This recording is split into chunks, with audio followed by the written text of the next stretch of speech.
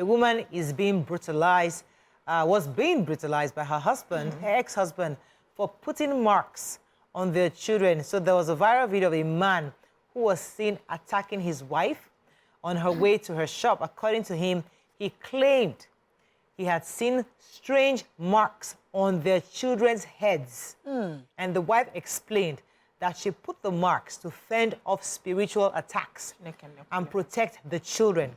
This angered the man, and he hit her with a stone. Now, what are your thoughts on this? Well, not only one person they born picking. Because you carry the child does not mean that it was your seed.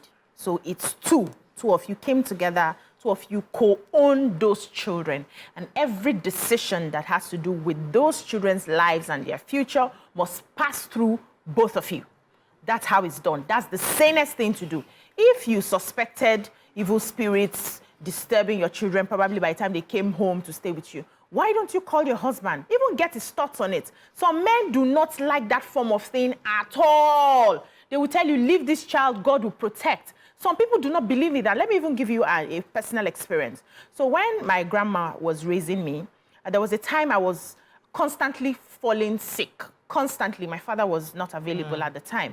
And I remember she would take me to the hospital. The next week, she's back to the hospital. You know, she keeps going back, and she was so concerned. She would cry. I would see her cry and all of that. There was a time I could not walk. I couldn't move my legs. You know, I was bedridden.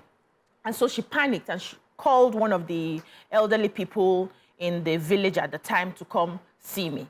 And by the time the lady came, she looked at me and she said, are you sure it's not Obanje that is disturbing this girl? That she would like to give me this incision, this one that they do 2-2 here and 2-2 here. The way my grandmother screamed, they say, the father will kill me.